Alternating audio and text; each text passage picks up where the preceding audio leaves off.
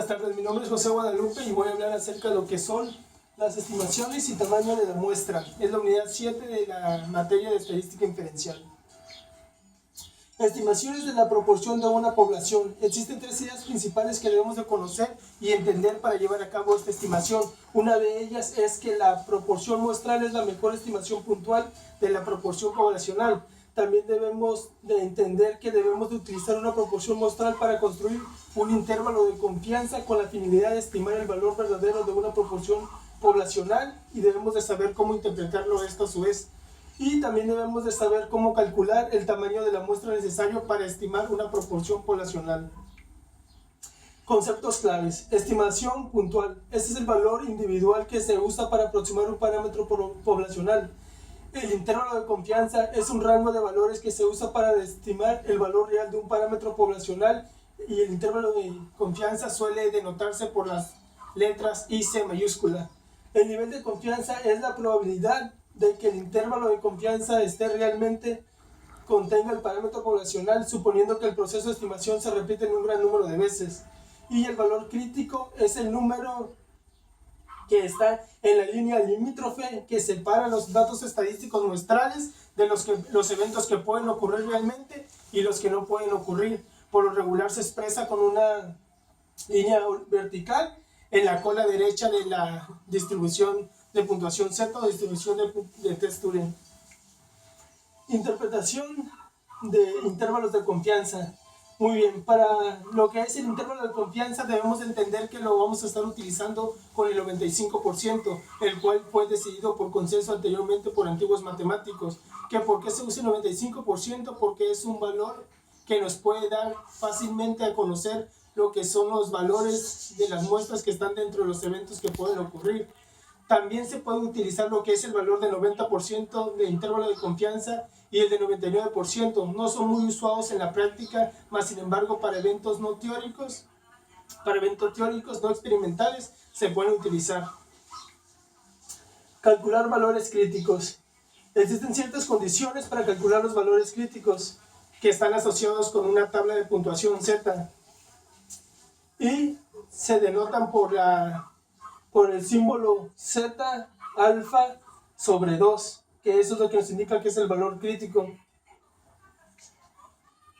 Un ejemplo sería, por ejemplo, tener el valor crítico que corresponde a un nivel de confianza del 95%.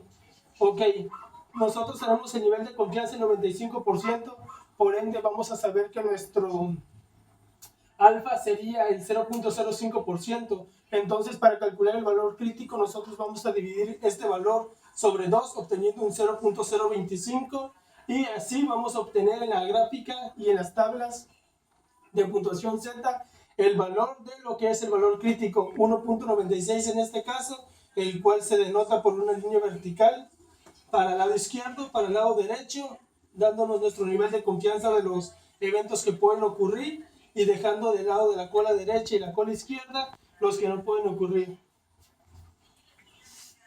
Ahora bien, vamos a hablar de cómo calcular el margen de error, pero para ello debemos de saber qué es el margen de error. Muy bien, el margen de error es la diferencia máxima probable entre la proporción muestral observada y el valor real de la proporción poblacional, el cual se denota por la letra E mayúscula y se expresa mediante la siguiente expresión, donde nos indica que es el valor crítico por la raíz cuadrada de la proporción poblacional sobre el número de datos. Un ejemplo de cómo calcular el error de margen sería si, por ejemplo, nos dan el 70% de 1.500 adultos elegidos al azar en Estados Unidos creen en el calentamiento global. Muy bien, como no nos especificaron qué nivel de confianza vamos a utilizar el más común, que es el de 95%. Teniendo ya el nivel de confianza en 95%, podemos calcular el valor crítico, 1.96, como anteriormente lo dedujimos. Ahora bien, tengo nuestro valor crítico, vamos por lo que es la proporción de población. Sabemos que es el 70% de 1501, Vamos a obtener lo que es 1 menos la porcentaje, tenemos el punto 30, entonces punto 30 por punto 70 va a ser nuestra proporción poblacional sobre n, y vamos a tener lo que es el margen de error, que por lo regular se expresa con 4 dígitos después del 0, es lo más común. Ahora vamos a determinar el tamaño de la muestra. Ya teniendo lo que es nuestro valor crítico, nuestro margen de error, nuestra proporción muestral, podemos fácilmente calcular el número total de la muestra, el cual va a ser denotado por la siguiente expresión, donde tenemos el valor crítico elevado al cuadrado, que multiplica la proporción muestral sobre el valor del margen de error elevado al cuadrado. En dado caso que no tuviéramos lo que es la proporción poblacional, vamos a multiplicarlo por 0.25. Nota, también es muy importante recordar que cuando tengamos el valor total del número de muestras, tenemos que redondearlo siempre al entero mayor positivo. Esto quiere decir que si por ejemplo tuviéramos un valor de 35.1, debemos redondearlo a 36. Estimación de la media poblacional conociendo la desviación estándar. Muy bien, para cuando conocemos lo que es la desviación estándar, podemos calcular la media poblacional, siempre y cuando cumplamos con estos tres fundamentos. Que la media muestral sea la mejor estimación para la media poblacional, debemos de utilizar datos muestrales para construir un intervalo de confianza y también debemos poder comprenderlo y saber interpretarlo. También debemos desarrollar la habilidad para determinar el tamaño necesario de la muestra para estimar la media poblacional. Bien, vamos a hablar lo que es los requisitos del tamaño de una muestra. Se aconseja por lo regular que se tome un número de muestras de aproximadamente 30 en adelante. No podemos tomar menos de 30, dado que no sería lo suficientemente grande el número de muestras para poder determinar de manera concisa y precisa el resultado de nuestro experimento. Entonces se debe de tomar una n mayor a 30. Para calcular el intervalo de confianza de la población, de la media poblacional, existen tres requisitos indispensables. Esta debe ser una muestra aleatoria simple, también debe de conocer lo que es el valor de la desviación estándar y deben de cumplirse dos condiciones. Una de ellas es que esté distribuida normalmente y el valor de n sea mayor a 30, como anteriormente se mencionó. Y esta va a ser nuestra expresión para calcular la población media poblacional. Está expresada por la media muestral menos el margen de error, y aquí se le suma el margen de error, donde el margen de error se calcula teniendo el valor crítico de la puntuación Z, la desviación estándar y la raíz de n. Determinación del tamaño de la muestra requerido para estimar la media poblacional. Muy bien, para determinar qué tan grande debe ser una muestra para estimar la media poblacional, podemos usar esta fórmula, la cual se obtiene al multiplicar el valor crítico por la desviación, dividirlo sobre el margen de error y elevarlo al cuadrado. Esto sería la manera de determinar nuestro tamaño de la muestra. Un ejemplo de esto sería, por ejemplo, si nos dan que nos piden un intervalo de confianza del 95%, entonces nosotros decimos que nuestro valor crítico será de 1.96 y nos dicen que tenemos 3 puntos de margen de error. Esos 3 puntos de margen de error los vamos a colocar aquí abajo y como ya conocemos la desviación estándar, en este caso es 15, lo sustituimos, elevamos todo, lo multiplicamos, dividimos, elevamos al cuadrado y obtenemos el valor 96.04. Pero debemos de recordar que esto se va a redondear al número siguiente mayor positivo, en este caso 97. Estimación de la media poblacional cuando desconocemos la desviación estándar. Muy bien, anteriormente estuvimos utilizando lo que era la distribución de puntuación Z. Ahora vamos a utilizar otra distribución de T-Student, que es la que usamos cuando no conocemos la desviación estándar y se expresa de esta manera. Pero para esta distribución también es importante recordar que necesitamos otro dato, lo que son los grados de libertad, los cuales se expresan mediante n-1, que es un dato indispensable para buscar nuestro valor de distribución T-Student. ¿Cómo calcular el intervalo de confianza cuando desconocemos la desviación estándar? Muy bien, para esto también se requiere cumplir con ciertos requisitos. Tiene que ser una muestra aleatoria simple, tiene que tener una distribución normal y o también debe de ser una n mayor de 30.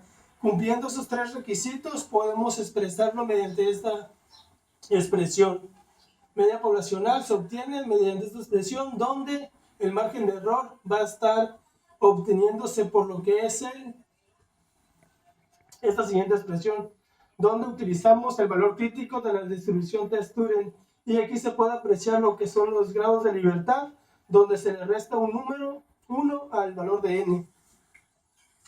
Aquí tenemos lo que es un diagrama de flujo que nos puede indicar cómo utilizar y cómo determinar qué distribución vamos a utilizar. En este caso, si yo por ejemplo conozco lo que es la desviación estándar, si sí la conozco, ahora me debo de preguntar si está distribuida normalmente. En dado caso de que sí lo esté, voy a utilizar la distribución de puntuación Z. Si no lo estuviera, tenemos otra condición, que si es n mayor a 30. Si sí lo es, utilizamos la distribución Z. Si no lo es, ahí estaríamos utilizando metros no paramétricos o lo que se conoce como el bootstrap. Bien, ahora si no conocemos la desviación estándar, entonces nos preguntamos si está distribuida normalmente. Si sí está distribuida, vamos a utilizar la distribución T-Student. Si no lo estuviera, tenemos que referirnos a la otra condición, n es mayor a 30. Si sí, utilizamos. Si no, vamos a utilizar el método de no paramétricos o bootstrap. Bien, estimación de la varianza poblacional. Anteriormente utilizábamos la distribución de T-Student y la distribución de puntuación Z para lo que era la media poblacional. Ahora bien, para lo que es la varianza poblacional vamos a utilizar otro tipo de distribución, la que se le conoce como chi cuadrada, que se expresa mediante la siguiente fórmula, donde n-1 son los grados de libertad, S cuadrada es la varianza muestral y ρ cuadrada es la varianza poblacional. Y aquí tenemos una de las propiedades de lo que es la distribución de chi cuadrada. Se puede apreciar a simple vista que tenemos valores que van desde 0 hacia la derecha, obteniendo solo valores positivos, a diferencia de la distribución T-Student y puntuación Z, que teníamos una pequeña campana de Gauss simétrica y con valores negativos. Aquí obviamente no es simétrica nuestra distribución, por ende vamos a tener un valor único de chi cuadrada para cada grado de libertad que se exprese. Calcular el intervalo de confianza. Bien, para calcular el intervalo de confianza tenemos la siguiente expresión, que es grados de libertad por varianza poblacional sobre chi cuadrada sesgada a la derecha. Y en este caso va a ser lo mismo, pero chi cuadrada sesgada hacia la izquierda. Y para obtener lo que es el intervalo de confianza para la desviación estándar poblacional, simplemente le vamos a aplicar lo que es la raíz cuadrada, convirtiéndolo esto en desviación estándar poblacional. Y ahora vamos a ver cuál es la tabla que nos va a servir como referencia para obtener el tamaño de la muestra. Ya puede desarrollar esta tabla con alguna herramienta matemática como puede ser Minitab o ABL3, lo cual nos facilita nuestro trabajo. Entonces simplemente tenemos que tener en cuenta sobre qué intervalo de confianza estamos trabajando. Si es el de 95% y tenemos un valor de la varianza poblacional que está dentro del 1%, nuestra muestra sería 77.208. Más sin embargo, si tenemos una que está dentro del 50%, nuestra muestra sería de 38. Así también, si nuestro valor de la desviación poblacional se encuentra entre el 10%, tendríamos 192, y entre el 30% tendríamos 21. Esto es para el intervalo de confianza del 95%. Se podría aplicar para el del 99%, para la población de varianza, y para lo que es la desviación poblacional también del 99%. Y pues esto ha sido todo.